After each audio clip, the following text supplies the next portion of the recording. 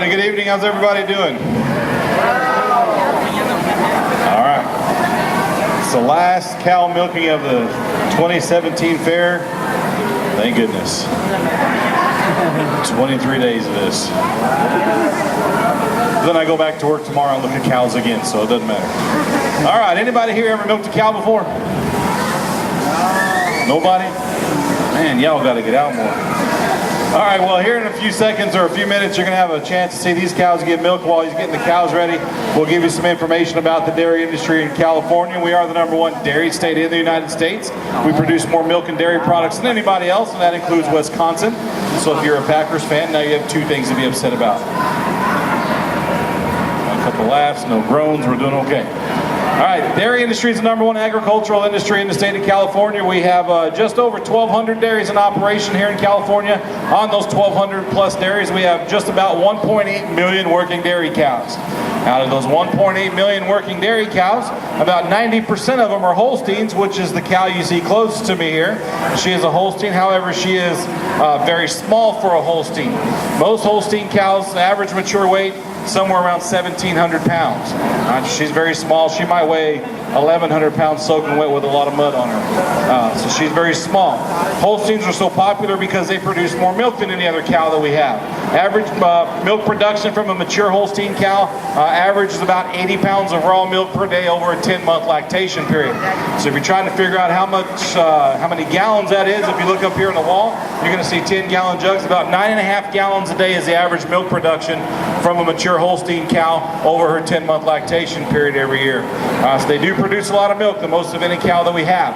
They do have the least milk fat content of any cow, however.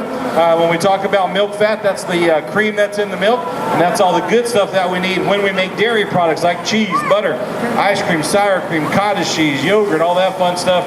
We need the higher milk fat content, so we just have to use more milk if we're depending on the Holsteins. Milk fat content from a Holstein is usually in the neighborhood of 3.5 to 3.8%, so very low. That's why we have other breeds of cattle to work with, one of them being, and second in terms of popularity here in California, would be the Jersey, which is the little tan cow up in front there. Very small cow compared to the Holstein, typically weigh anywhere between 1,000 and 1,100 pounds.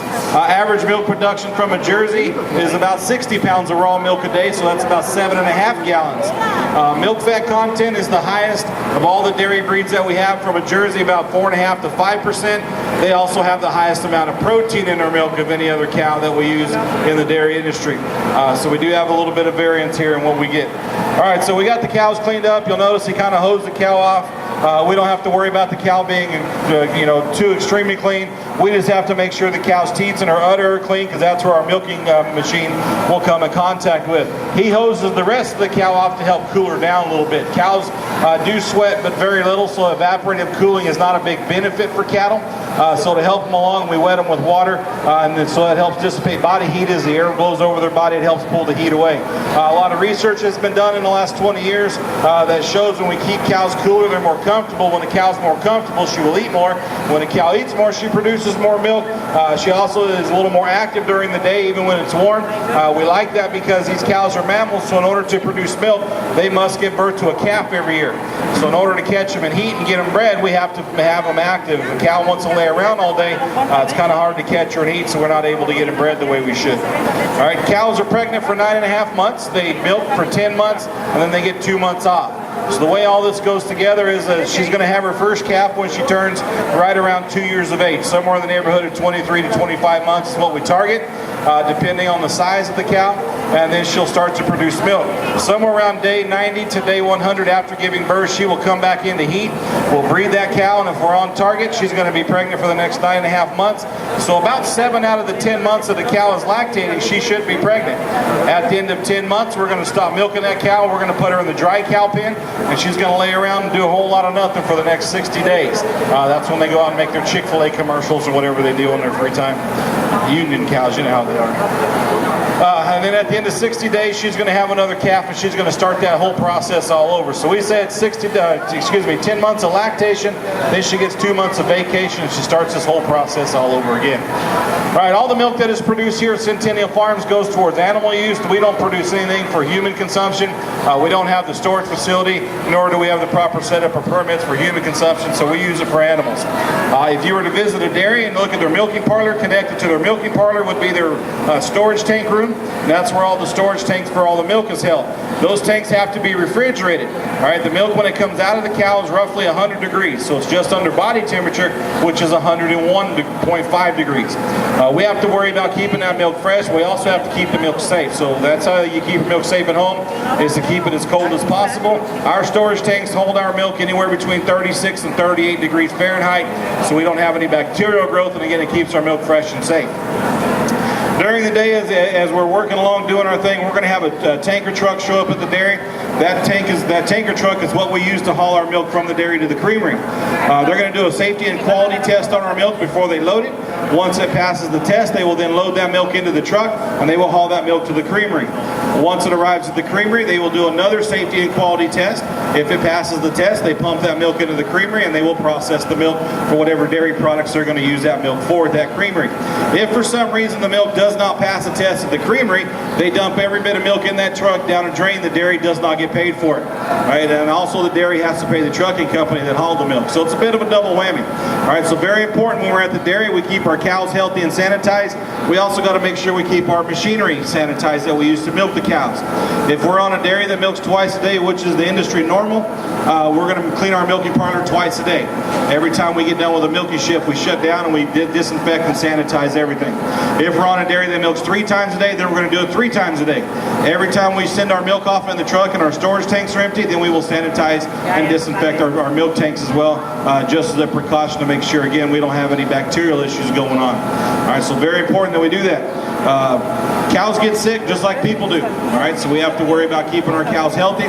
When a cow gets sick, she still has to be milked. Okay, we can't just throw her in the hospital pen and leave her alone.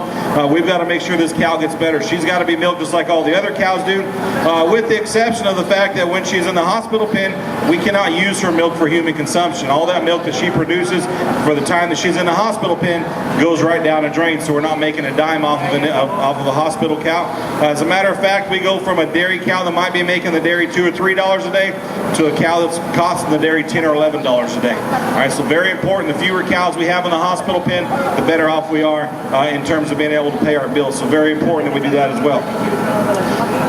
These machines that you see working right now work on vacuum pressure, so when we go to remove the milking cloth from the cow, just like you did on the little Holstein here, we have to walk over. Ours are a little more old style. There's a little valve on here that will shut the vacuum off. Once we do that, then if you watch him hold that milking cloth, it just kind of falls right off of the cow and he hangs it up out of the way.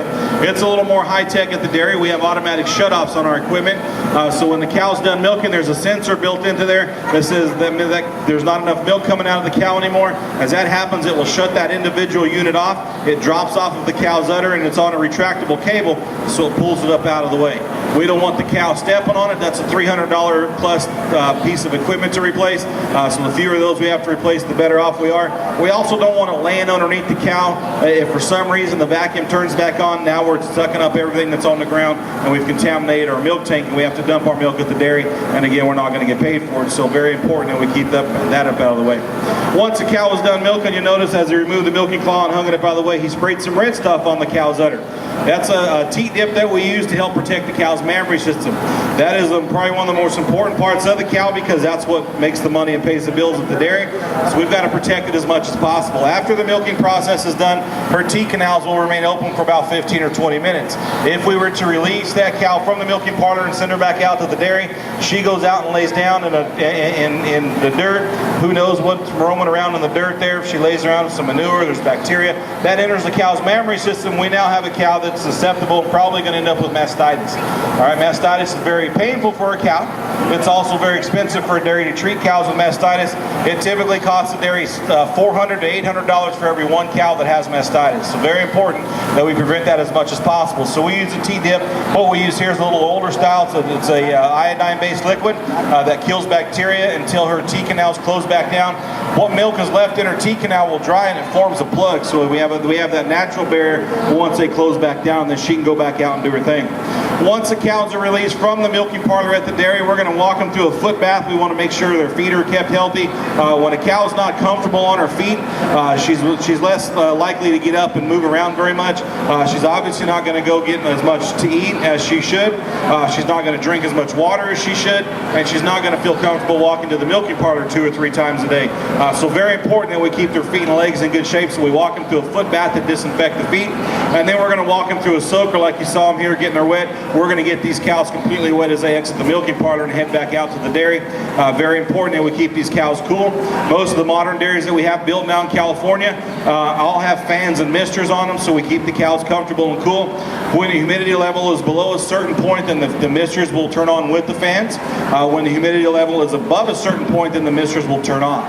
All right, too much moisture in the air can lead to respiratory issues, and again, that puts a cow in the hospital pen. Again, she's costing us money and not bringing in any money. So very important that we have that fine line figured out where our misters are going to run. We also don't want to blow on a day where the humidity level is really low and it's really hot. We don't want to blow hot, dry air over a cow because it speeds up dehydration. So again, we got to find that fine line to where we need to be.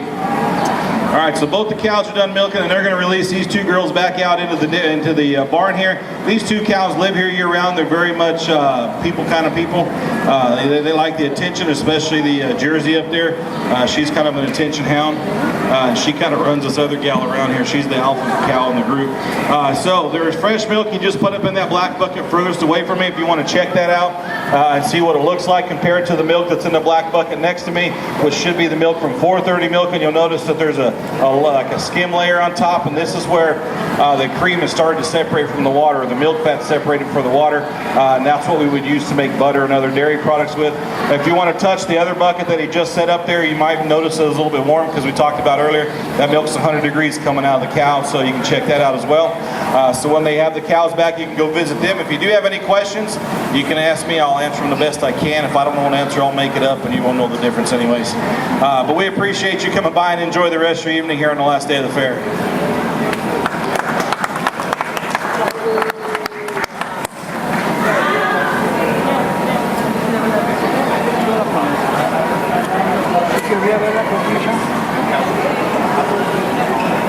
When did they make the orders?